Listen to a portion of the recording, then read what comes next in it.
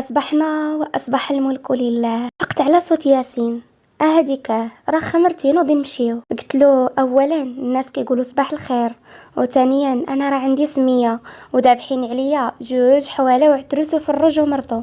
انت اللي جالس عليا هاديك. ياسين تبسم وقال بصوت خافت برهوشه: يلا 10 دقائق نلقاك لتحت.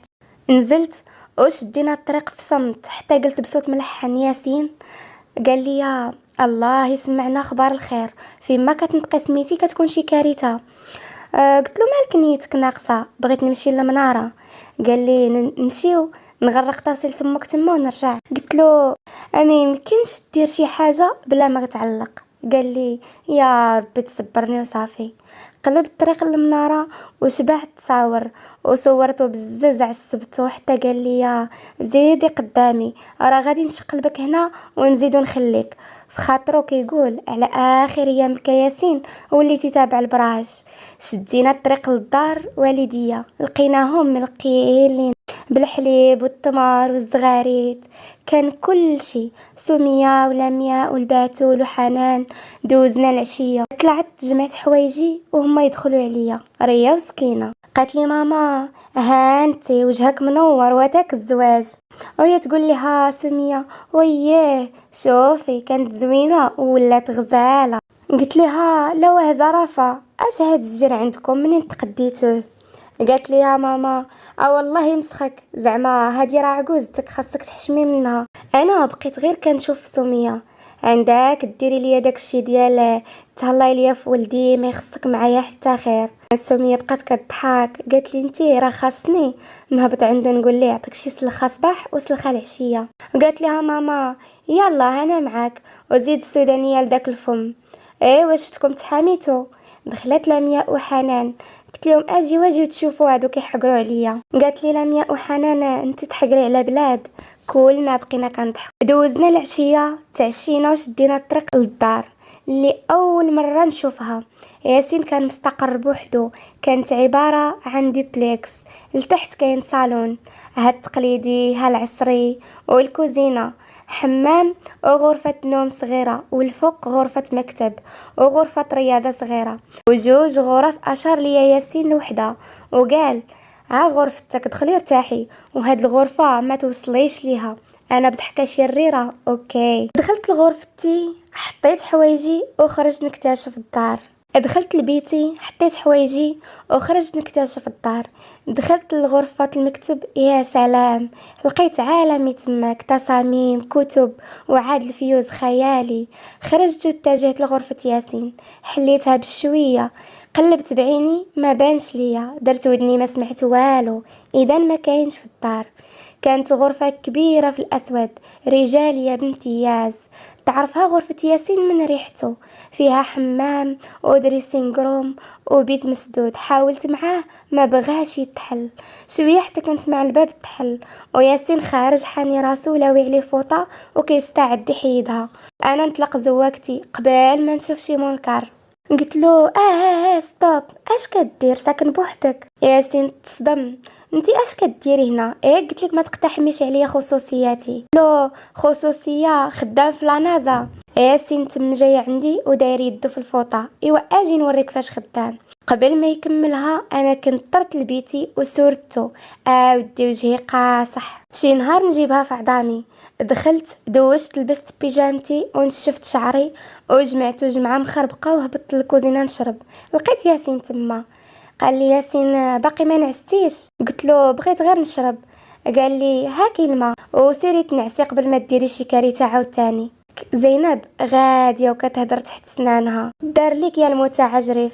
ياسين سمعها كتبرقم، شدها من دراعها ودورها بالجهد لجهته حتى تطلق شعرها قدامه.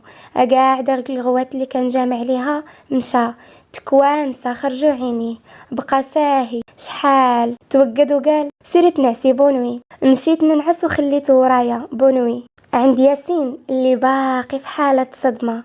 هاد البرهوشة باغا تسكت ليا القلب، ما كفاهاش مجرجراني وراها في مراكش، جات تكمل هنا في الدار. اول بنت تحط رجليها في بيتي، واول وحده تقول لي متعجرف في وجهي. كنت غادي نقجها كون ما شفت داك المنظر الخيالي قدامي. تبارك الله، شعرها خطف لي انفاسي، كحل بحال الليل، حرير وطويل. ياسين جمع راسك، اش كتقول؟ ما تنساش هاد الزواج غير صفقه، وما تنساش انها مستحيل تبقى معاك الا عرفت الحقيقه. نمشي نعس حسن ليا. أصبحنا وأصبح الملك لله. فقت بكري، عندنا اجتماع مهم في الشركة وخاصني نمشي نراجع شي وراق. خديت دوش ولبست كلاس وطالون ودرت شوية د الماكياج وجمعت شعري وخرجت صاوبت الفطور. فطرت وخليت لياسين وخرجت نيشان للشركة. في قاعة الاجتماعات واقفة كنشرح حتى قاطعني ياسين وباين عليه معصب. قال لي ياسين، واش عندك فكرة على السيولة اللي ممكن يكلف هذا المشروع؟ قلت له كنظن ان هذا ماشي اختصاصي، خاصنا نشوفه مع مدير المالية، ولكن من وجهة نظري ان المشروع مربح، يعني قد ما كلف متأكدة غادي يكون الربح. قال لي ياسين، مزيان الواحد يكون واثق في راسو، ولكن راه ما كايناش ضمانه، ما غاديش نعتمد على الحدس ديالك. وسيادتكم دير لي دراسه كامله على السيوله. موجه كلامه لمدير الماليه. الاجتماع سال. انا عصبني، ما كرهش نتلاح ونقجو. قال لي انسه، الحقي عليا البيرو. دخلت للبيرو محصبه، قلت له ميسيو العلوي محتاج شي حاجه؟ قال لي ياسين، اولا سميتي ياسين، ثانيا علاش ما تسنيتيش نجيو مع بعضياتنا؟ واش هاد الشعر مالو مطلوق وهاد الزواق اللي دايره في وجهي؟ انا بقيت مسمقله ما فاهمه والو. انا كان شرطي ان الموظفين في الشركه ما يعرفوش اننا مزوجين، وثانيا شعري تطلق الراس، انا اصلا ما كنحملش نطلقه. قاطعني ياسين. احسن، يلا جمعيه ونقسي من داك العكر وتفضلي المكتب ديالك. مشيت للبيرو معصبه، شكون هو اللي يتحكم فيا؟ ياك قال في الاول كل واحد وحياته، ولكن واخا ياسين نردها لك في ساعه الخير. جات عندي امل خدامه معايا في القسم، قالت لي عناري يا اختي، مالو معاك؟ هو عصبي ولكن ما كيحتاجش يغوت، غير الشوفه فيها الكفايه. قلت لها امل قلبي عليا وهو يمشي يلعب، انا خدمتي كنديرها وصافي. بقيت خدامه شويه حتى حسيت بالوجع، عرفتها خالتي. طلبت الاذن وخرجت لانه النهار الاول كتخرجها مني. دخلت للدار، بدلت حوايجي، لبست بيجامه صحيه ودرت فوطه صحيه ونعست. من عادتي ما كنشربش الدواء حتى كنحس بياسين كيهضر معايا. مالكي نعسه دابا ياك لاباس؟ هزيت فيه راسي وما قادراش نهضر، والدموع محبوسين في عيني. الوجع كيقطع فيا، ما حسيت حتى كان قريب من وجهي. نازل على ركابيه وحاط يدو على جبهتي. ياسين مخلوع. زينب مالكي؟ اش واقع؟ مريضه وجهك صفر، ما فيكش السخانه؟ نعيط للطبيب. انا جاوبت بابتسامه، اول مره تنطق سميتي. قال لي دابا واش حنا في سميتك؟ قولي لي باش كتحسي. انا حشمت، والو غير شي وجع دابا يفوت. قال لي واش لا بيريود؟ حشمت، وجهي ولا بحال ما طيشه وحركت براسي بالايجاب. ياسين خربق ليا شعري. زعما انتي كتحشمي؟ بقاي انا جاي. مشى وشويه رجع في يديه كاس ديال الزعتر، شربوا ليا بزز، رجعني كيف كنت متكيه، هز ليا التريكو، خرجوا عينيا وحبستو. قلت له حبس حبس، اش كدير؟ كتستغل المرض ديال متعجرف. ياسين بقى كيضحك، قال لي انت هي ديال سكران وحاضي حوايجو. طرخ في ما غندير والو، حط يديه سخونه على كرشي وبقى كيدير ليا مساج. انا غرقت في حوايجي، ولكن ما قدرش نحبسه لانه الوجع غادي وكيخفف. حتى نعست، حتى كنحس بشي يد كتلعب ليا في شعري. حليت عيني بان ليا ياسين. قال لي نوضي تاكلي شويه. قلت له ما فياش، بغيت غير نعس. قال لي نوضي من الفشوش، راه طلبت لك بيتزا. انا سمعت بيتزا تحلو عينيا ووقفت، مشى الوجع. قال لي ياسين يا الله كنتي مريضه، زيدي قدامي. انا شاده طرف هاد اليد وطرف اليد الاخرى وكان ناكل وكنتبنن. ياسين بقى كيضحك، قال لي برهوشه غير بشويه غادي توحلي. انا كنمضغ وكنهضر، ما تدويش معايا، ما غاديش توحل ليا. قال لي ياسين واخا لالا، ها هو ساكت. تعشينا وكل واحد دخل لبيتو ينعس. الصراحه عجبني الاهتمام ياسين، وقررت نسامحو على الصباح وما ننتقمش منه. بعد مرور اسبوع دازت سيمانه وانا وياسين علاقتنا عاديه.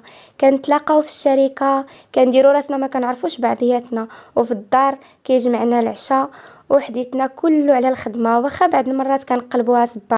داك النهار يلا خارجه من الشركه، يلا غادي نركب في باب بوشتي، لقيت الرويضه مفشوشه وخرجت باش نجد الطاكسي حتى وقف عليا ياسين. مالكي واقفه هنا؟ فين بابوشتك؟ قلت له ما نسمحش ليك تقول عليها بابوشه، انا الوحيده اللي عندي الحق. ياسين بقى كيضحك، قال لي فينا هي؟ قلت له تفشات ليها الرويضه. قال لي ياسين راه قلت لك برهوشه كتبكي على رويضه، طلعي طلعي. ركبت حداه وقلت الا انا برهوشه انت متعجرف. قال لي دابا سكتينا غاديه للدار؟ قلت له لا، يا قلت لك دارنا عارضين علينا. قال لي ياسين نسيت مع الخدمه، عقلي ما معاياش. قلت له وي عارفه محمقك المشروع ديال الالمان، ولكن الا بقيتي هكا غادي تمرض. قال لي ياسين خايفه عليا. قلت له ها شتي اش قلت لك، ها هما علامات المرض بداو كيبانوا فيك. وصلنا للدار، يلا غادي نحل الباب وهو يوقفني ياسين. قال لي زعما عادي الا دخلنا بيدينا خاويين؟ انا عجبني الحال وقلت وغير زيد راه الباتول هادي، والله ما جبتي ليها التقديه من السوق مع الصباح لا فرحت لك بشي حاجه. ياسين بقى كيضحك، قال لي علام دخلي دخلي. حليت الباب ودخلت كنغوت والباتول فيا الجوع. جات ماما عنقاتني، قالت لي الله الله عليك بغيتي توحشتك خليتي الدار خاويه. قلت لا الباتول ما عرفتكش وانتي ظريفه. قالت لي ماما اي والله حرقت واصلك، جايه بعجاجتك غالي بغا يدير معاك الصواب بحالك بحال باك. قلت لها ايوا ها الباتول اللي كنعرف بينتي صباغتك. سلمات ماما على ياسين ودخلنا وجلسنا في الصالون نتسناو الحاج العربي يجي. جا طرت عنقته وبست يديه. قال لي بابا عمارة الدار جات. انا قلت له يخليك ليا اودي الحاج، اما مرتك راه قربلاتها معايا قدام الباب. قالت لي ماما تزيدي شويه نجري عليك ونخلي غير ولدي ياسين.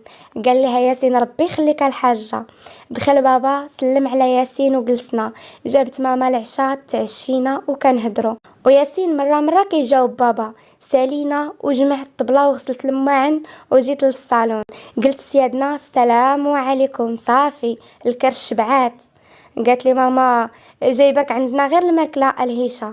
قلت لها ماكلتك لا تقاوم الباتول. بابا جلسي يا هاد البنت، راه والله لا مشيتو في هاد الليل، باتوا معانا والصباح سيرو. انا في خاطري الله يا العربي لاش الحلوف، ما لقينا ما نديرو، طلعنا لبيتي. دخل ياسين كاين تمنظر وانا مشيت نجيب ليه بيجامه من عند بابا. جبتها حطيتها ليه. ياسين قال لي كنتي زوينه فاش كنتي صغيره وكتبان فيك البراءه. قلت له ما نديش عليك، عارفه راسي قرطاسه. قال لي ياسين تبا لتواضعك، شحال كان في عندك هنا؟ قلت له 8 سنين دوزت نعس. قال لي ياسين واش عندك فكره اننا غادي نعسو بجوج في بيت واحد؟ انا عاد سرت معايا وقلت ومن بعد. قال لي ياسين ما كايناش فوتوي علاش تنعسي الغزاله، غادي تنعسي في الارض ولا حدايا فوق الناموسيه؟ قلت له لا، انت اللي غادي تنعس في الارض، وهذه راه ناموسيتي سنين وانا كنعس عليها، والله لا كانت ليك. بقينا مني منك حتى نطق ياسين بصوت عيان وابتسامه. صافي غادي نعس في الارض وما عنديش طاقه باش نتضارب معاك. فرشت ليه ونعس، ولكن ما كانش الغطا بزاف وكان البرد. حسيت بيه غادي يلعقها، ولكن ما قدرش نقول ليه طلع فوق الناموسيه. اصبحنا واصبح الملك لله. فقنا فطرنا ودعنا والديا وخرجنا في الاتجاه ديال الشركه، حتى قربنا وطلبت من ياسين يحطني قبل من الشركه وهو ما بغاش، دبر راسو. دخلنا واستأنف العمل. داز نهار عادي. خرجت قلت نطلع نشوف المتعجرف واش كاين، نمشي معاه حيت باقي ما صاب باب بوشتي. ما لقيتوش. خرجت شديت الطاكسي وصلت للدار. طلعت بان ليا بيت ياسين فيه شويه ديال الضو، ما مولفاش ليه يجي بكري. دخلت لبيستي لبست بيجامتي وخرجت باش نصاوب العشاء. قلت نشوف ياسين واش يبغي ياكل شي حاجه. حليت الباب بان ليا ناعس والوراق مشتتين حداه. غريبه. قربت حداه لقيته سخون ووجهه حمر وكيترعد. تخلعت قلت له ياسين كتسمعني؟ نوض نديك للطبيب. قال لي بصوت ثقيل خليني عليك بغيت ننعس. قلت له كيفاش خليني عليك، راك طايب بالسخانه اوكي ما بغيتيش الطبيب نوض دوش بالماء بارد انا نعاونك. قال لي لا خليني. قلت له ياسين او عافاك عاوني راه السخانه كتحرق فيك. نوضتو بالزز دخلته عمرت البينوار بالماء بارد، حيدت ليه التريكو اللي لابس وجلسته في البينوار، وخرجت نجيب ليه ملابس داخليه وسروال وحطيت ليه فوطه وقلت ياسين عافاك وقد معايا خليك شويه في الماء وخرج وحاول تلبس حوايجك ها ما حطيتهم لك. قال لي ياسين ولبسيهم ليا انت اش كديري؟ قلت له اي والله يمسخني انا اللي دايره فيك راسي. ياسين ضحك قال لي صافي غير خرجي. خرجت جبت ليه تريكو سخون، خرج وعاونته يلبسو وديتو لبلاصتو لبستو تقاشر فيهم الماء والخل، غطيته مزيان وخليته ينعس وخرجت نصاوب بالصوبة ورجعت لقيته باقي ناعس. قلت له ياسين نوض تاكل شويه باش تاخد دواء. قال لي يا ما قادش عليه خليني ننعس راه غدا عندي الخدمه. قلت له ما قدرتش نخاصم عليك حيت حتى انا في حالك في جميع حالاتي كنفكر في الخدمه، ولكن نوض تهز تاكل راه خاصك تشرب الدواء. ناض وكلته بالزز عطيته الدواء ورجع نعس. جمعت هادوك الوراق لقيتهم ديال الالمان ديتهم للمكتب وجلست نراجع فيهم شي ساعة ورجعت نطلع عليه. لقيت الحرارة باقا مرتفعة.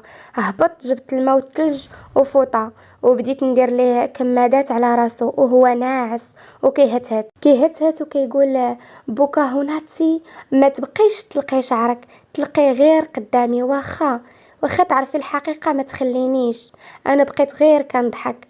لا كان خاصني نصورك فيديو. ياسين العلوي المتعجرف بشحمو لحمو مزعوط في الرسوم كرشي ما بقيتش قادة نحبس.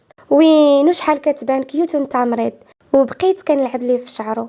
أصبحنا وأصبح الملك لله. فقت ولقيت راسي فوق الناموسية. ياسين وهو داخل الدريسينغ روم كيلبس حوايجو نض قافزة. وقفت قدامه قلت له ياسين حماقيتي ولا شفتك كتلبس فين غادي؟ قال لي صباح الخير رجعي نعسي شويه باقي الحال. قلت له ايوا فين غادي راك باقي مريض؟ قال لي عندي خدمه ضروريه انت عارفه الاجتماع ديال الالمان غدا. قلت له وهاد الخدمه ماشي ممكن تخدمها هنا؟ قال لي ممكن ولكن خاصني مساعده. قلت له انا نعاونك غير خليك هنا. قال لي ياسين راني قلت لك كتخافي عليا. قلت له صافي كنظن بريتي سير الخدمه بسلامه. ياسين ضحك برهوشه في الوراق اللي كانوا هنا. قلت له راه حطيتهم في المكتب نهبط نصاوب الفطور. هبطت صاوبت الفطور جا ياسين فطرنا وجلسنا نتناقشوا المشروع. قال لي ياسين اوف عييت ما عرفتش اشنو كيدور في راس الالمان وزيد هاد الشركه المنافسه ما عرفتش منين خرجت. كنا 3 ولينا 4 كيفاش حتى دخلات وفي وقت زعما تقدر تلحق مشروعها ما مرتاحش ليها. قلت له اجي شنو قلتي لي سميت هاد الشركه؟ قال لي ياسين سميتها تي بلاك. قلت له هاد السميه فايته سمعتها في شي بلاصه. هزيت تليفوني بالزربه كنقلب على لا كونفرساسيون مع علي وانا نخرج عيني. لا ما يمكنش. قال لي ياسين شنو اللي ما يمكنش؟ قلت له هذا كان خدام فيها عالي وخرج لان ما كانوش خدامين قانونيا. قال لي ياسين كيفاش شرحي لي اكثر؟ قلت له هما ما كيعتمدوش على مشاريعهم والمهندسين كيخليوهم مجرد ديكور وسميه. المشاريع كيتنسبوا ليهم ماشي ديالهم. داكشي اللي خلى علي خرج من تما. قال لي ياسين ومنين كيجيبوا المشاريع؟ قلت له كيشفروا مشاريع المنافسين ديالهم بطريقه ذكيه وكيقدموها هما الاولين باش المنافس يتصدم وما يبقى عنده ما يدير. قال لي ياسين ولكن شكون غادي يعطيهم مشروعنا؟ قلت له حنا باقي ما عرفناش واش حنا المستهدفين ولا شركه اخرى، ولكن هما راه ما كيهمهم لا مشروع لا والو كيهمهم غير الفلوس. بعد ما كيربحوا المنافسه كيبيعوا المشروع بمهندسينو لشركه اخرى وكيكونوا اعداء كيخلصوهم غير باش يضيعوا مجهود الشركه. قال لي ياسين هادو راه خاصهم الحبس كيفاش ساكتين عليهم؟ قلت له لانهم ما كيديروش شي حاجه اللي ماشي قانونيه وكيتحركوا بطريقه ذكيه. قال لي ياسين نفترض ان احنا هما المستهدفين شكون عندهم مصلحه يضرنا؟ قلت له ياسين اكيد عارف اشنا هي مجموعة شركات العلوي، اكبر شركة في البلاد وحتى خارج البلاد. انا ما فهمتش علاش الالمان علاش ما اختاروش نيشان، ومادامهم داروا منافسة فاكيد اي واحد غادي يبغي يعرف مشروعكم وغادي تكونوا اول المستهدفين. وزيد شركة بحجمكم ما يمكنش ما يكونش عندها اعداء. ياسين وفي نظرك شنو الحل؟ قلت له شكون شاف المشروع من غيرك؟ قال لي حتى واحد، كنت البارح غادي نصيفطو المهندس ولكن مرض. قلت له اوكي فيها خير، دابا ما تصيفط حتى حاجه، والمراجعه خليه يرجعوا قبل 4 ساعة من الاجتماع غدا، ومريضنا ما عنده باس، وهكذا نكونوا قطعنا الشك باليقين. قال لي ياسين مراتي الذكيه، انا غير قال ديك مراتي مرقت ورجعت مودت برهيش، وضربته بمخدة وعاودني، بقينا منك دقة فيه و10 فيا حتى طيحني وجا فوقي. هذيك اللقطة ديال المسلسل. ياسين بقى كيضحك البرهوشة، الزوين فيك ما كتخليش دقتك شوفي ضفارك. قلت له غزيت فيك انت اللي كتعافر معايا، وبالنسبه لهاد البوزيسيون اللي ما عجبانيش ستدوم طويلا ولا كيفاش؟ زاد هبط حتى لحدا ودني وقال انا عاجباني، وهز عينيه تفيكساو مع عيني، وقلبي كيضرب بالجهد، وصدري كيطلع ويهبط، وليت حمراء وكنترعد من الداخل، وهو كيقرب سر سر سر سر صورة التليفون. اوف الحمد لله، سيرة اللي صونيتي بغيت لك الرضا انقذتني من المنكر. نادي ياسين يجاوب الو. قالت له السكرتيره ميسيو العلوي المهندس كيقول انه باقي لحد الان ما توصلش بالمشروع. قال لي هاوي عارف، قولي لي حتى الغدا وغادي يكون عنده الوقت الكافي فين يراجعوا قبل الاجتماع. قالت له السكرتيره داكوغ ميسيو. قطع ياسين وكان سمع صوته كيغوت عليا. اش من وجه نشوف فيه دابا؟ لا ما نخرج حتى دخل عليا ياسين. قال لي مالكي؟ قلت له ما ماليش، اش بغيتي؟ قال لي ياسين لبسي حوايجك يلا نتغداو برا. انا سمعت الماكله وضحكت حتى للدرسه الاخره ونض كنجري من بلاصتي. ياسين خرج كيضحك، راه كنقول لك برهوشه. لبست حوايجي وخرجنا توجهنا لواحد المطعم حدا كلينا، وحمقت ياسين باش نهبطوا للبحر ومشينا في مكان اخر. المهندس الو ميسيو.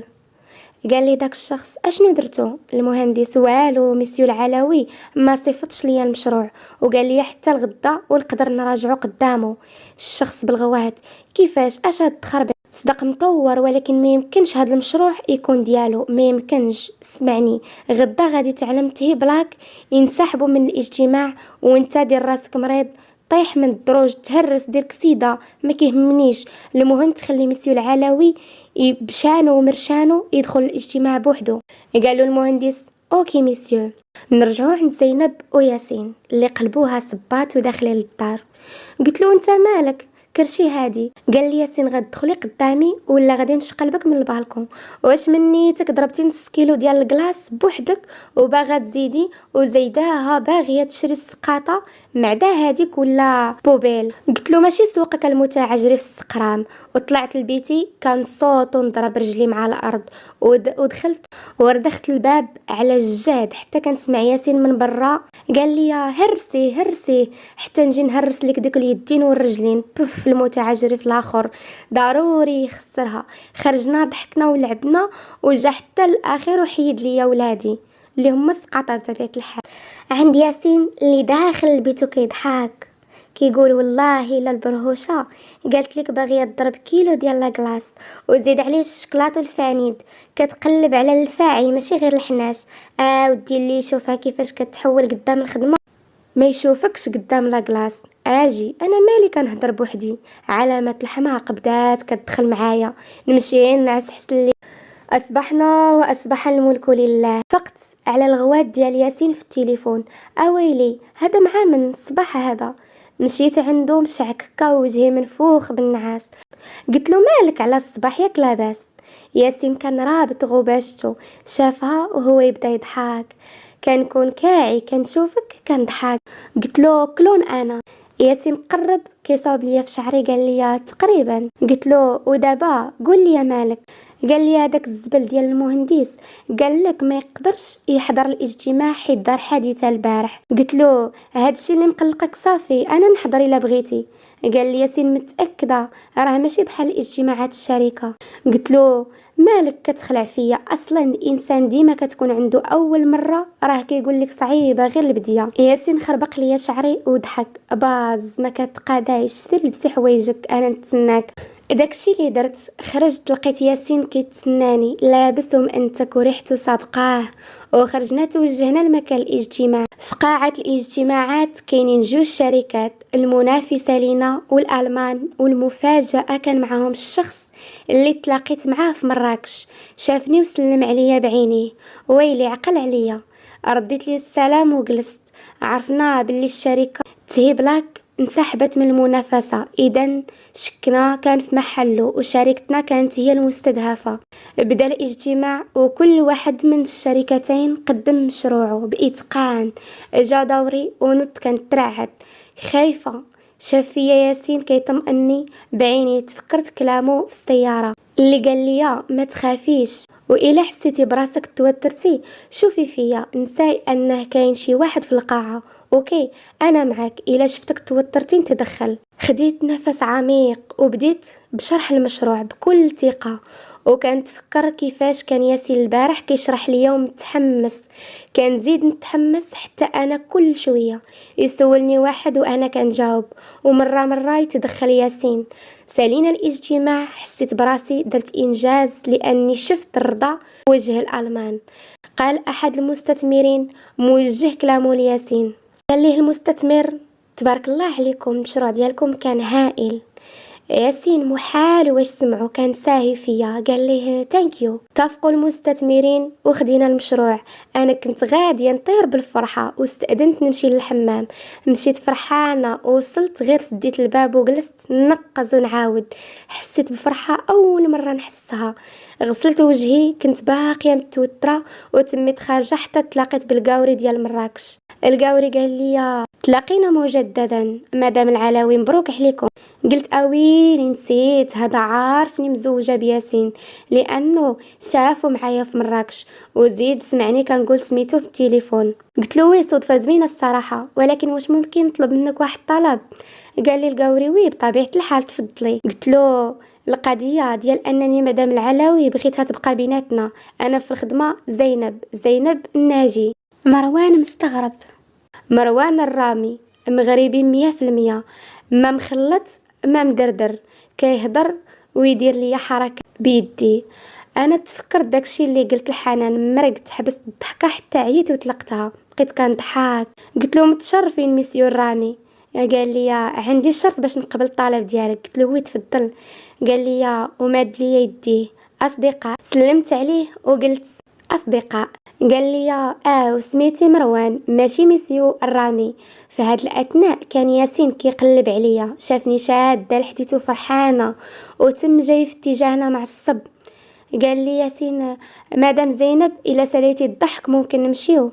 قال ليه مروان مبروك العمل ميسيو العلاوي. قال ليه ياسين الله يبارك فيك ميسيو الرامي، نتمنى نكونوا قد المسؤوليه. زينب مشينا، جرني من يدي وخرجنا في الاتجاه ديال السياره. في مكان اخر الشخص معصب، كيفاش هذا المشروع؟ لا ما يمكنش. السكرتيره تهدنا ميسيو. قال لهذاك الشخص ما تقوليش ليا تهدن، كيفاش دار ليها زعما العلوي المتكبر ناضو قدم مشروعه بنفسه. قالت لي السكرتيره لا ميسيو، جاتنا معلومات انها دخلت مع شي مهندسه معنا في الشركه. الشخص قال لها شنو هذا التخربيق، صيفطي ليا ملفها وقطع. المهم حنا طلعنا للطوموبيل وانا كنفكر في هذا المتعجرف اللي حدايا، كيفاش كيتغير الميزاجور ديالو بحال الليل والنهار. زعما راه ربحنا المنافسه، قداش خاصو على الاقل يشكرني. متعجرف. تفكرت المهندس والشركه اللي انسحبات وقررت نهضر معاه. قلت له فاش كتفكر؟ قال لي ياسين بزاف ديال الحوايج، كان عندك الصح، حنا هما المستهدفين. قلت له واش ناوي؟ قال لي ما عرفتش، نبدا بعدا بداك المهندس. قلت له ما كنظنش المهندس يوصلك لشي حاجه، حدو يعطيك سميه ديال تهيبلاك. قال لي شنو بان لك نلبش موراهم زعما؟ قلت له هما شركه معروفه بالسريه التامه للعملاء ديالها. بف، كون كان غير عالي مازال خدام تما يقدر يعاوننا.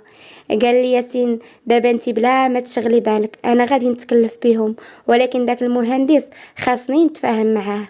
قلت له من الاحسن تجري عليه وصافي باش ما يكبرش الموضوع ويكثروا الاشاعات ان موظفين الشركه ماشي كفؤ. ياسين تبسم، اوكي يكون خير ان شاء الله. وصلنا للشركه ودخلت لقسمي، سولوني كيفاش حتى دخلت بلاصه المهندس الاخر. اخترعت لهم قصه من نسيج الخيال وكملت خدمتي وخرجت شويه بكري. في الليل كاين احتفال. خرجت مشيت لباب بوشتي لقيت الرويضات تبدلات، هزيتها ومشيت شريت كسوه ومشيت عند حنان حيت غادي تعاوني نلبس حوايجي. خويت ليها المزيوده. قالت لي حنان شوفي انا هادشي ديال الشركه راه كتعرفي قدره الاستيعاب ديالي محدوده. قلت لها ايوا قولي مكلخه علاش كتزوقي فيها؟ قالت لي تفو زعما ما كترفعيش ليا معنوياتي، اجي قولي ليا مال ياسين. قلت لها ما تجبديش ليا داك المتعجرف حال وعقل ما كنفهموش كيكون ضاحك حتى كيغوبش او دي واقيلا السيد زنزان. قالت لي داك الزين كامل وزنزان راه انت اللي طاير لك الفريخ، كون منك انا كون غطا سبتو. قلت لها تفو عقلك ديما في البلاصه الاخرى. قالت لي اجي قدامي نقادك راه مشى الحال. نط عندها لبست كسوه كحله طويله دومي مونش وشويه عريانه من جهه الصدر، ملي ما معيقاش جاتني زوينه. جلساتني ودارت لي مكياج روعه، ركزت على العينين وخلات لي شعري مطلوق. قلت لها والله لا مشيت به مطلوق. قالت لي وا بنادم جاك يحمق. قلت لها ولا جمعيه. قالت لي يا تفو المرض معاك دوري. جمعت لي شعري وخلات لي القصه مرخيه، عجبني راسي. قالت لي حنان قول اعوذ بربي الفلق جيتي كتحمقي يا اختي. قلت لها صبغتيني بزاف يا اختي. قالت لي لا شكرت خدمتي ابيبي يلا دقي. خرجت من عندها كنضحك ومشيت نيشان لمكان الاحتفال.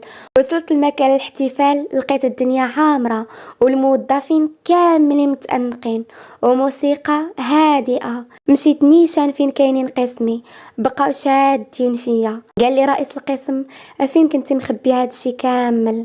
قال ليه محمد معايا في القسم. كنت مانعها تطلق عليكم جمالها. قلت ليه وياه تماما. قالت ليه امال معايا في القسم. اودي سعدات هذا اللي غادي يديك. بقينا عاطينها الضحك والتقشاب حتى لواحد اللحظه عم الصمت في القاعه، كل شي كيشوف في الباب. كان ياسين اللي جا ضارب واحد الكوستار في الكحل وشعره موقفه واللحيه مطراسيه كيبان زوين، ولكن بلاتي شكون هاد السفريطه اللي شاد فيها؟ وانا مالي، جات عيني في عينيه بقى كيشوف فيا شي 3 دقائق. شويه توجه للمنصه رحب بالناس وكيهضر واثق من نفسه وقال لهم كنتمنى ان مشروعنا يلقى النجاح اللي متوقعينه واكثر، علاش لا. من بعد عطى الكلمه لمروان لان خدمتنا غادي تكون معاه. ناض مروان وعطى كلمته حتى هو بكل ثقه وتمنى للناس حفله ممتعه. اودي قول مملة، ما عرفتش لاش اختاروا هاد الحفلات. انا الحفله كلها وانا حاضيه المتعجرف اللي باقي مع ديك السفريطه. حتى جا عندي مروان سلم علينا وطلب مني انني نشطح معاه. انا قربت حدا ودنيه وقلت ليه انا ارى ليا لا كاين شي شعبي ولا شي حيحه، اما هاد الشطح ديال التبعكيك كيدير ليا المعده. مروان بقى كيضحك انتي علام بوحدك. معليش انا نعلمك. شد فيا ودار يد في خصري والاخرى شد فيها يدي. كنرقصوا ونضحكوا. قال لي مروان ايوا هانتي كترقصي احسن مني. قلت له اودي راه غير كنبغي نتواضع معاكم وصافي. قال لي مروان والله كتر خيرك لالا. سالينا الرقصه ورجعنا للطبله. زيد بوشيطي واستأذنت نمشي للحمام. تميت غاديه حتى كنحس بشي يد جراتني مخرجاني لجهه الطوموبيلات. هزيت عيني كان ياسين كتبان عليه معصب. ركبني بالجهد في الطوموبيل وركب وكسيره باقصى سرعه بلا هضره بلا جوج. انا الطريق كامله وعقلي خدام. هذا مالو علاش كيتعامل معايا هكذا؟ شنو درت ليه؟ واش شويه لاباس في عقله؟ وصلنا للدار دخلنا وجمعت شجاعتي كامله. قلت له ياك ما كاين باس اش هاد التصرف درتي؟ قال لي شوفي ما تهضريش معايا ودخلي في حالك. انا بالغوات كيفاش؟ ياسين حتى هو قال لي بالغوات كيف ما سمعتي، وما تهزش صوتك عليا. وزيدون اش هادشي لابسه؟ قلت له لا واش من نيتك؟ شكون خاصو يتعصب؟ ما قدكش التصرف ديال الصباح وزدتي كملتي دابا بهذا التصرف. اش هادشي؟ راني ما بقيت فاهمه والو. ياسين قال لي صافي سكتي. لو لا ما سكتاش وكدوي على لبسي. ياك النهار الاول انت اللي قلتي ان كل واحد حر في حياته، شنو تبدل دابا؟ علاش باقي ما كملتهاش حتى كنحس بشي حاجه سخونه على فمي؟ لا واش كان حلم؟ اش هاد الشي واش بصح؟ ياسين حاط شفايفو على شفايفي وانا تصدمت، ما عرفتش ما ندير. احساس في شكل واول مره نحسو، اول مره نكون بهذا القرب من شي راجل. تكاكيت ودفعته وهربت نيشان لبيتي. الف سؤال وسؤال في بالي، اش واقع دابا؟ علاش ياسين دار هاد الشي؟ واش نسى ان زواجنا مجرد صفقه؟ اش هاد الغموض اللي داير به؟ اش هاد الشي كنحس به؟ بقيت نخمم ونخمم، ما لقيتش حتى شي جواب. دخلت للحمام، حليت الرشاش وتخشيت تحتها عند ياسين اللي وسط الحمام كيدوي مع راسو. كيقول لا ياسين اش هاد الشي درتي؟ علاش نسيتي انه ما خصكش تعلق بشي وحده؟ نسيتي انها تقدر تمشي وتخليك؟ وهز يدو وضربها مع المرايه ديال الحمام حتى تهرست وخرج. هز سوارته ودخل الباب وخرج. ركب في سيارته وكسيره خلى غير العجاج وراه. انا خرجت من الحمام وسمعت الباب تخبط على الجهد. عرفت باللي ياسين اللي خرج. احسن نيت، ما قادراش نواجهه، ما عارفاش اش نقول. حتى سمعت تليفوني كيصوني، كانت حنان. قالت لي الو العوجه كي دازت الحفله؟ قلت لها كي الويل. قالت لي يا ويلي مالكي ياك ما كاين باس؟ قلت لها ما عرفتش. قلت لي كيفاش ما عرفتيش؟ شكون اللي غادي يعرف؟ هضري راك خلعتيني. قلت لها حتى نتلاقاو ونهضروا اوكي؟ قالت لي اوكي يلا تلاحي. قطعت مع حنان وتكيت بلاصتي ننعس، وحلفت نعس لجاني. بعد 15 يوم، 15 يوم دازت عادية في الخدمة اللي استلمتها أنا وجوج مهندسين مع مروان اللي ولا قريب ليا في هاد الفترة. عندنا بزاف النقط مشتركة وكيفوج عليا. أجي ونعرفكم عليه. مروان الرامي، مغربي أبا عن جد، عنده 27 سنة، شخصية اجتماعية بامتياز، مرحة وكيعشق شي حاجة سميتها المغامرة. كبر بين ألمانيا والمغرب، قرا وخدم وكون راسو ولا شريك في الشركة الألمانية اللي خدامين معاه. وراسي لي باطيرو تيتيز. ياسين من داك النهار ما شفتو لا في الدار ولا في الشركة. سرطاتو الأرض يمكن. جات عندي لمياء تبات معايا ضروري من الزبايل. كنسمع السر. قلت بلاتي انا جايه. حليت الباب، بنت لي لمياء جايه بعجاجتها. لمياء كضحك، امالك خايفه يشفروك؟ قلت ليها اواختي خوك غابر ومخليني، اش بغيتي ندير؟ لمياء جمعات الضحكه وبغات تقلب الموضوع. غاديه تخليني في الباب. حتى انا ما بغيتش نحكر ولا نسولها عليه، حيت عارفه انه هو اللي مصيفطها. ها دخلي من الهضره. دخلات وجلست كنهضروا ونضحكوا شويه. تفكرنا حنان، قلنا نمشيو عندها. خرجنا ببيجاماتنا، هزينا الطوموبيل ومشينا خرجناها من دارهم ببيجاما، وركبنا غاديين كندورو في الشوارع ومجهدين الموسيقى وكنغنيو ونغوتو بحال السكرانات. مشينا تعشينا في ماكدو خارجين ببيجاماتنا، كل شي كيشوف فينا، شي كيضحك وهاللي كتنغز في صاحبتها.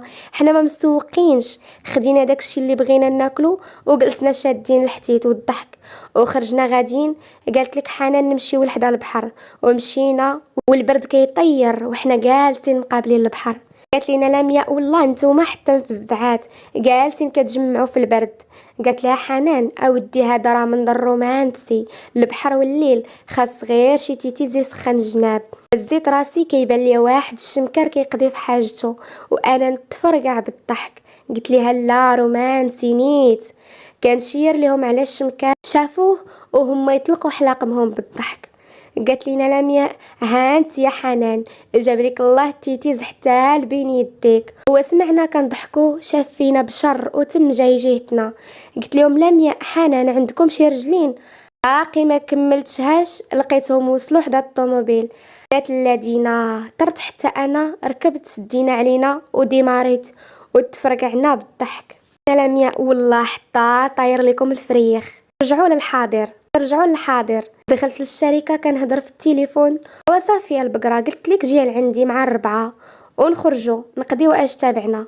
قالت لي حنان ايوا انتي اللي كل شويه حال وعقل، ولكن تفوتي الربعه بدقيقه ندير لك الشوها في ديك الشركه. قلت لها صافي تلاحي. قال لي مروان ايوا من نهار عرفتك وانتي تلوحي في بنادم ما كتحشميش. قلت ليه زيد قدامي ولا غادي نتبعك ليها. مروان قال لي لا نخاف على راسي هاني غادي. بقى كيضحك وقالو اجي شفتك هنا علاش ماشي في الموقع. قال لي صباح الخير غادي نمشي نطل في العشيه ان شاء الله. مشينا لخدمتنا كنضحكوا ونهضروا في مكان اخر. السكرتيره الو ميسيو. الشخص وي كاين شي جديد. قالت لي السكرتيره ميسيو انت قلتي لي نعلمك بجديد المهندس الناجي. قال لها الشخص بالغوات تلقينا. السكرتيره كتمتم راها ما كتفارقش مع ميسيو الرامي وعلاقتهم كتبان وطيده. الشخص في خاطرو اياه مادام العلاوي على علاقه فضيحه من العيار الثقيل. هاها ضحك بضحكه شريره. سمعيني مزيان، غادي تطلقي اشاعه انه كاينه علاقه بيناتهم ونبغيها توصل لميسيو العلاوي.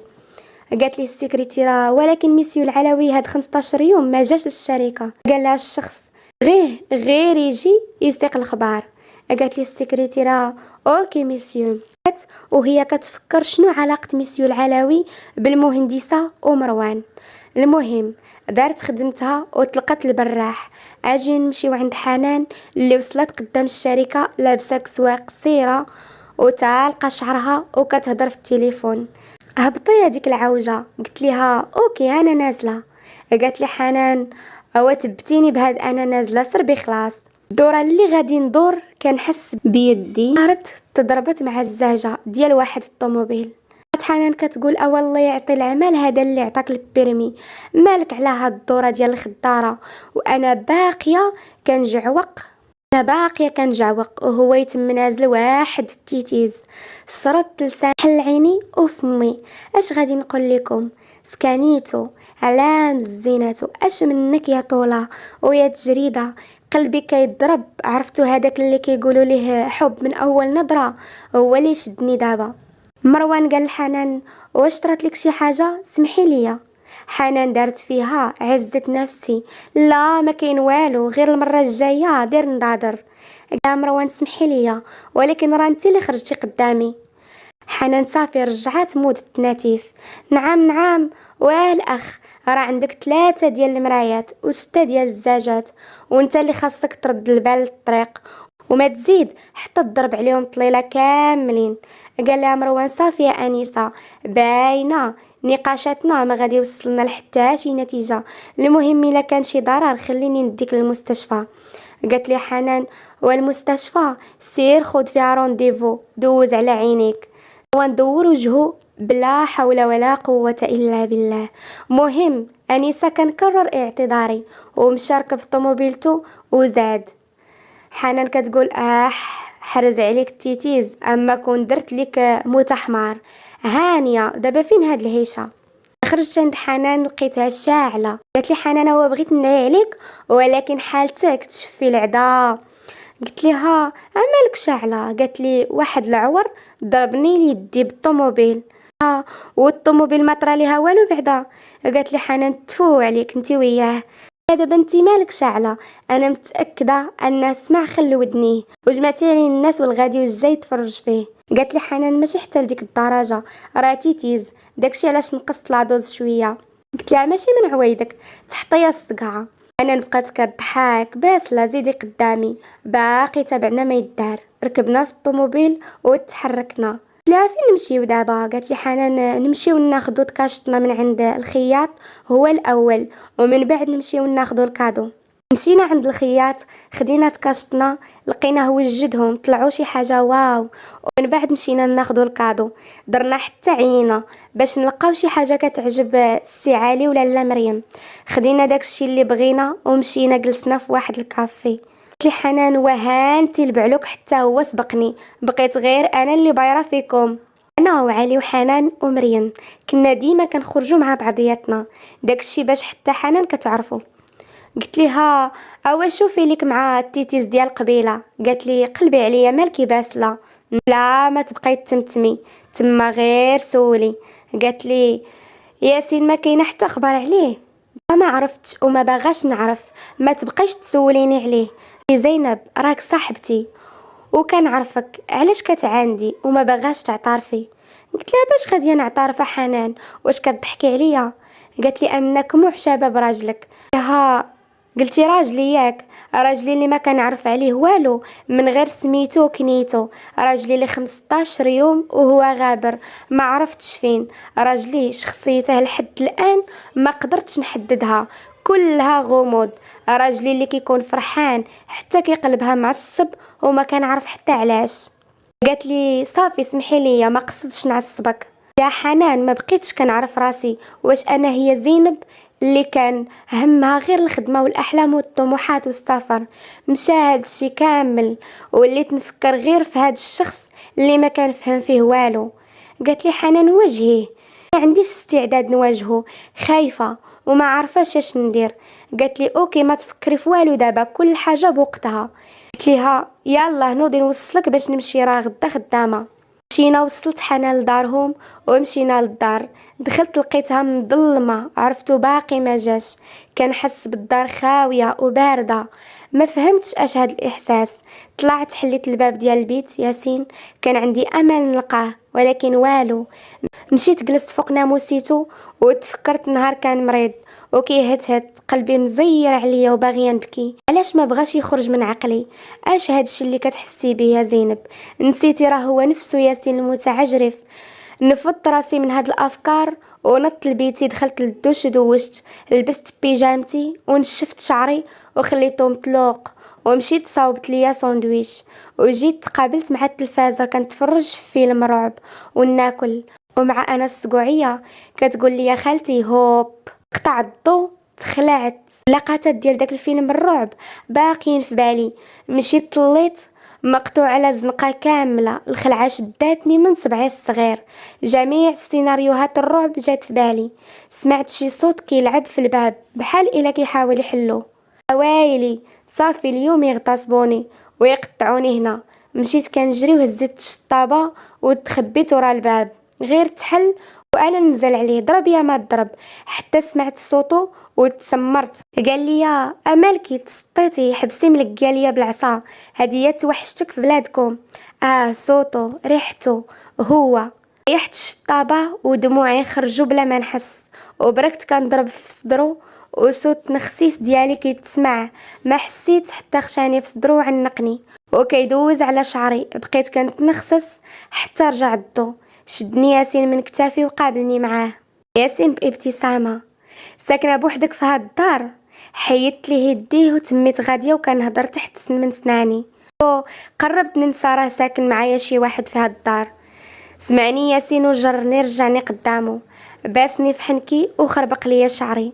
تصدمت وكنقول في خاطري هذا مالو. قال لي برهوشه وبكايه سيري غسلي خنونتك وخرجي عندي، بغيت نهضر معاك في شي حاجه. طلعت لبيتي وما هدرتش. شكون هذا اللي جا؟ واش ياسين نيت؟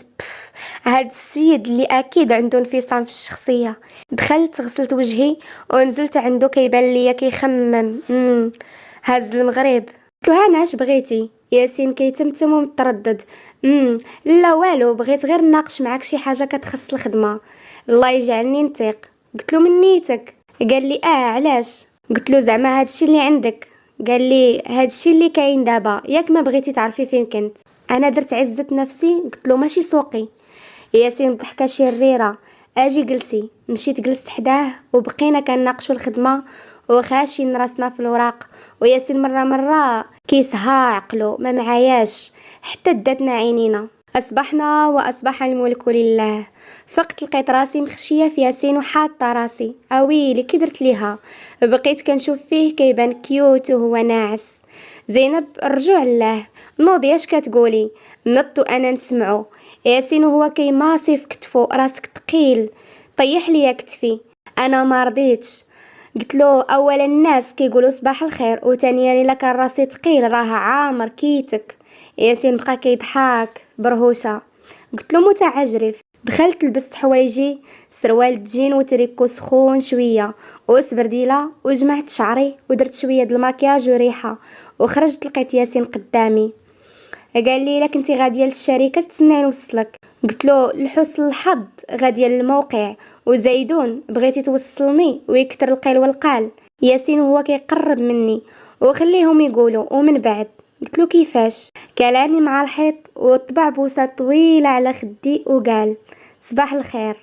خرجت غاديه في الطريق وكنفكر في تصرفات ياسين جديده بالنسبه ليا. هاد السيد صفحه بيضاء وكل مره في حال الله يستر.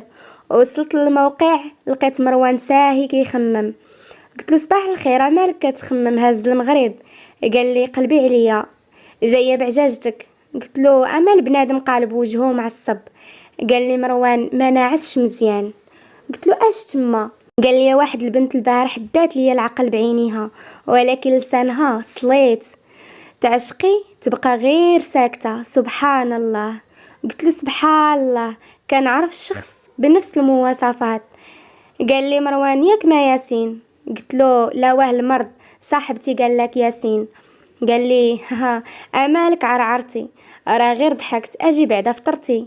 قلت له مازال، اجي نديرو الجوله ديالنا ونمشيو لشي قنت نفطرو. مشينا درنا جوله على الخدمه وهدرنا معاهم شويه وخرجنا. مشينا نفطرو ومن تما للشركه.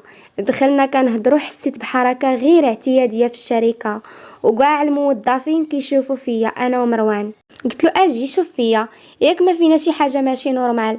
قال لي يا مروان وياه داكشي اللي كنشوف مالهم. قلت له وشكون عرف؟ نخليك دابا نمشي نكمل شي خدمه. مشيت للقسم يلاه جلست وهي تعيط لي السكرتيره ديال ياسين. قالت ليك بغاني.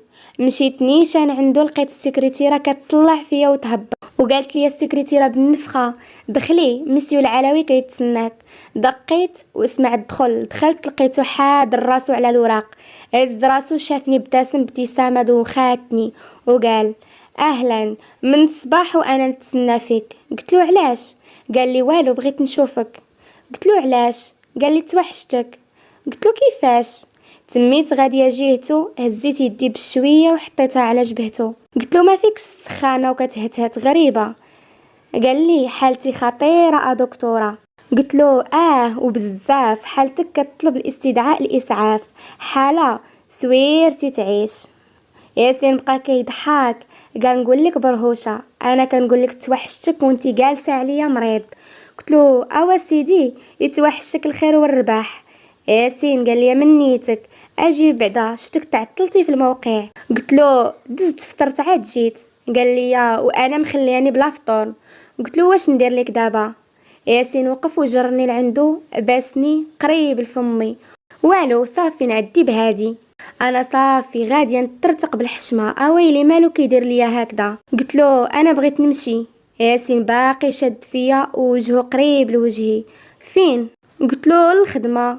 ياسين طلقني اوكي سيري، وفي الليل بغيت نهضر معاك انا غاديه. وقلت ما مسالياش وخرجت ووجهي غادي يتفرقع وكل اللي كان ترعد وقلبي كيضرب. مشيت لقسمي بقيت خدامه وعقلي حتى هو خدام في تصرفات ياسين. شي نهار يسكت لي القلب، ساليت خدمتي وخرجت. عيطت على حنان، درنا نتلاقاو في بيوتي سونتر. مشيت لقيتها في الباب، قالت لي فين التيتيز؟ قلت لها هلو بيبي يلا ندخلو. دخلنا وقادوا لينا شعورنا والمكياج والضفار وخرجنا. قالت لي حنان جبتي معاك التكشيطه؟ قلت لها لا بقات في الدار، نمشي نلبس تما وندوز لعندك ونيت نقول لي ياسين راه غاديه نمشي للعرس. حنان بالغوات رجع. قلت لها الجهل مالك تقولي كان مودر؟ قالت لي حنان فين كان هاد المده؟ قلت لها وشكون عرف ما سولتوش وما سوقيش. قالت لي الله يهديك، خليك حتى تدور به شي وحده وديك الساعه شدي في البوله 90. انا بخوف زعما يكون كان عند شي وحده اخرى. قالت لي ايوا هذاك التيتيز يدير حتى 10. قلت لها وانا مالي يدير حتى 100. قالت لي ايوا بازلك سيري حيدي خلينا نهبط لدارنا. هبطت وكسيري ديريكت للدار. دخلت ما لقيتش ياسين. دخلت لبيتي لبست تكشيطه ودرت لي زاكسيسوار ديالي ورشيت ريحه. شفت راسي في المرايه تزعدت فيا. نزلت يلا غاديه نحل الباب وهو يدخل ياسين. اوه الاميره فين غاديه؟ قلت له اليوم العرس ديال علي، جيت عندك قبيله للبيرو باش نقولها لك وما لقيتكش. ياسين فين هو ياسين؟ ياسين ساهي وكيشوف كيفاش كتحرك فمها وعينيها. قلت له راك حتى انت معروض، ولكن قلت محال تبغي تمشي. ياسين كيقرب ليا كيسحب ليا غادي يبوسني عاوتاني في حناكي، شديتهم بجوج، ضحك وجبد منديل وبدا كيمسح ليا في العكر. قال لي معيق بزاف. قلت له اوكي هانا غاديه، خاصني مازال ندوز عند حنان. تميت غاديه حتى كنحس بيه جرني ورجعني وكيشوف فيا. قال لي وشكون قال لك غادي نخلي البرهوشه ديالي تمشي بوحدها؟ وباسني عطيني 10 دقائق نكون واجد. طلع انا بقيت مصدومه، كنقول لا لا اكيد انفصام في الشخصيه، خاصني نسولو فين كان هاد 15 يوم. بقيت مضاربه مع افكاري حتى كيبان ليا نازل ضارب بدله في الكحل وريحته سابقاه ومشيك ليا على الحاله. بقيت حاله فمي، جسد ليا فمي وشد ليا يدي، انا ضربني الضو ومرقت غادي يقول غير تحت فيه. خرجنا حليا الباب ديال الطوموبيل ومشينا نيشان عند حنان. خرجت حنان لابسه تكشيطه في البوردو، طلعت سلمات على ياسين وانطلقنا لمكان العرس. نزلنا شد ليا ياسين في يدي، قربت حنان لودني قالت لي شدان في اليدين تطور ملحوظ. قلت لها واش غتمشي تعاودي لراسك؟ لا. قالت لي حنان شوفي يا اختي عيني الناس غادي ياكلوا لك الراجل مني تمشي للدار بخريه. قلت لها ياكلوه علاش جاتو؟ قالت لي ايوا يشويني فيك، شوفي التيتيز كل وحداك، انا كان عندي بحال هذا نسد عليه.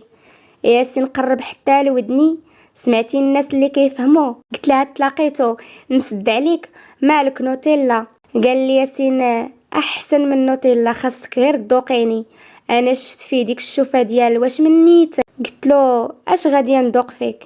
عاد سرات معايا وخرجت عيني وطلقت من يديه وتميت غاديه بالزربه حتى تعكلت، كنت غاديه نجي على فمي كل ما شدني ياسين. ياسين بقى كيضحك برهوشه مالك كطيري، ولكن ما عندي ما نسالك فهمتيها. انا الوان الطيف دازو فيا وليت ندخل ونخرج في الهضره. قلت له انا لا لا اش هو غير ما فهمتش. ياسين بقى كيضحك، بغيت جمله مفيده. اجي جلسي.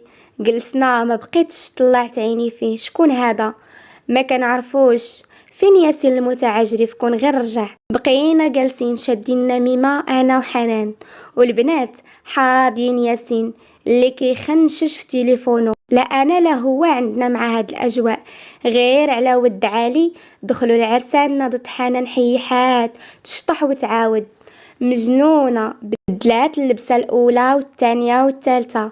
شويه وهي تقول لي يا حنان اجي نشدو في البرهوش. قربت لياسين لودنو قلت له غادي نوضو عند العرسان تمشي معانا؟ كنتسناه يقول لي لا. ياسين عطاني يديه، ما نخليكش تمشي بوحدك. صرفقني هذا مالو كيقرا افكاري وكيدير عكسها. مشينا عند علي ومريم شدينا فيهم. قالت لي حنان ايوا البرهوش قالك حتى هو تزوج وسبقني. قال لها علي ايوا انت اللي ما قبلتيش على الحسين مول المحلابه كيضل يهتهت بسميتك كون راه عندك التوام. قالت لي حناني وسير يا علي يا ولد فتيحه، انا بغيتك هاد الليله ما تعرف منين تدوز لمريم، بغيتهم يكونوا مثقفين. قال لي علي السيدي جا فيها بيب. مريم كتقرص في علي، ويلي حشومه شفنا فيها كاملين زعما من نيتك. شفناها كتشوف في جهه ياسين اللي مكرشخ بالضحك. شاف حنان وقال لها تلاقيتو انتي وهاد البرهوشه اللي عندي. قال لي علي اودي باقي ما شفتي والو. قلت لي ما تبقاش تقول لي يا برهوشه. قال لي يا علي مالو كذب. قلت لعلي شوف طاقي شري، حنان راه غير كتدعي، انا راك عارفني افعال اللي كنقولها كنديرها. علي شاف ياسين، خويا ياسين شد عليا مراتك. ياسين شدني من يدي ونزلني. امالك باغيه تناتفي؟ نزلات حتى حنان شداتني. قالت لي حنان اجي يلاه معايا للحمام. شفت في ياسين دار ليا بعيني زعما سيري. طلقت منه ومشينا للحمام. دخلنا للحمام وقفنا قدام المرايه. حنان كتقاد في العكر وتهدر. قالت لي عندي لك اخر الاخبار. قلت لها اش تما؟ قالت لي بغاو يزوجوني. قلت لها ويلي لمن؟ لداك بابا عجينه ديال سمير. قلت لها اويلي منيتهم رفضي. حنان قالت لي كتفلاي عليا بابا، راه غير سمعو غادي يخلص عليا ديك المدرسه اللي ما حاملاها ما قابلاها، سمعني الخل على ودني وقال لي الا رفضتي نقطع عليك الرجلين. قلت لها اوا شنو المعمول، اش غادي ديري؟ قالت لي غادي نهرب حتى ينساو ونرجع. قلت لها بعقلك ويلا درتيها كيفاش غادي تهربي تسطيتي اجي بعدا انت جايين هادو. قالت لي ما عرفتش واقيلا غدا ما كيهمنيش انا قررت. قلت لها حيدي عليا هاد التخربيق من دماغك، انا اليوم غادي نمشي نبات معاك ونلقاو حل ان شاء الله. قالت لي وياسين زعما يخليك تباتي برا. قلت لها ما تخافيش نطلبو، حنا باقيين داوين تمو داخلين واحد الجوجات. قالت لها البنت الاولى اري داك العكر على الله يجيب نتيجه ويديها فينا. قالت لها البنت الثانيه هاكي يا اختي شفتي شحال زوين ومرزن. قالت لها صاحبتها يا ودي انا اش حضيت من غيره مني دخل. قالت لها الاخرى شكون هذيك اللي معاه تكون اختو؟ قالت لهم حنان لا حبيبه مرطو. قالوا البناتي والله يخليكم لبعضياتكم وخرجوا. قلت لها مالك صاحبتي زعزعتيهم؟ قالت لي حنان باز لقلبك بارد، او راه راجلك هذاك اللي داويين عليه. قلت لها ودي خليهم يهضروا مال الهضره بالفلوس. قالت لي يا زيدي قدامي غادي ترتقي ليا المراره. خرجنا قلبت على ياسين بعيني ما لقيتوش، خرجت من القاعه للجرده بان ليا واقف، مشيت عنده وقفت قدامه قلت له بصوت ملحن ياسين. قال لي شي كارثه تاني الله يسمعنا اخبار الخير. ضربته لكتفو بغيت نبات اليوم عند حنان. قال لي وعينو خارجين وعلاش؟ قلت له بغاتني نعاونها في شي حاجه عافاك ما تقولش لا. قال لي لا جيبيها هي تبات معاك. قلت له لا ما تقدرش وياسين وعافاك. ياسين ساهي في عينيها زيدي طلبيني ممكن نوافق. هزيت يدي للسما سيرة ياسين ولد العلاوي، انا بغيتك ديما الفوق قول امين. بغيت لك شي 100 مليون وفيلا حدا البحر وطوموبيل ما دايراش وسفر كل 3 ايام الى المالديف وشي تيتيزا من الفوق. ياسين غادي يتفرقع بالضحك. هادشي كله عندي، شوفي شي طريقه اخرى. قلت له ياسين عافاك. وياسين كيشير الحنكو بوسي. انا حشمت ولكن ما باليد حيله، قربت باش نبوسو في حنكو وهو يدور وجهه جات في شنايفو. بعدت عليه بالزربه وبديت نسب ونضرب. الله ينعل ما يحشم يا الاستغلاليه المتعجرف. ياسين كيضحك شد يدي وقرب ليا ورصايره غادي نبدل رايي. يلا تحركي نقولوها لصاحبتك يلا هاجي بعدا. قلت له مالك شنو؟ قال لي عطاني تليفونك. مديته ليه وهو كيكتب نمرته. قال لي يا مرتي وما عنديش نمرتها. دخلنا مشادين يدين لقينا حنان واقفه ورا العروسه باش تشد البوكي وفعلا شداتو وعالي من بعيد كيقول ليها مول المحلابه. سبعات ليه وجات لعندنا. يلا مشينا وصلنا ياسين لدار حنان ومشى عند ياسين اللي داخل الدار كيضحك ويصفر. اكيد كتسائلوا فين كنت غابر هاد 15 يوم.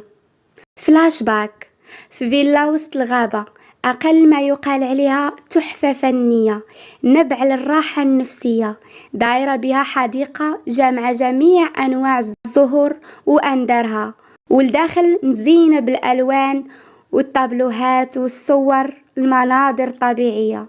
جالس ياسين وصاحبه. اش هاد الحالة وصلتي ليها؟ شوفي يديك حالتاكي ولات حالك ما عاجبنيش يا صاحبي.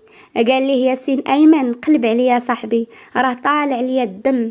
قال ليه ايمن وانت اللي هزها منين تقالت قول ليها كل شي وهني راسك.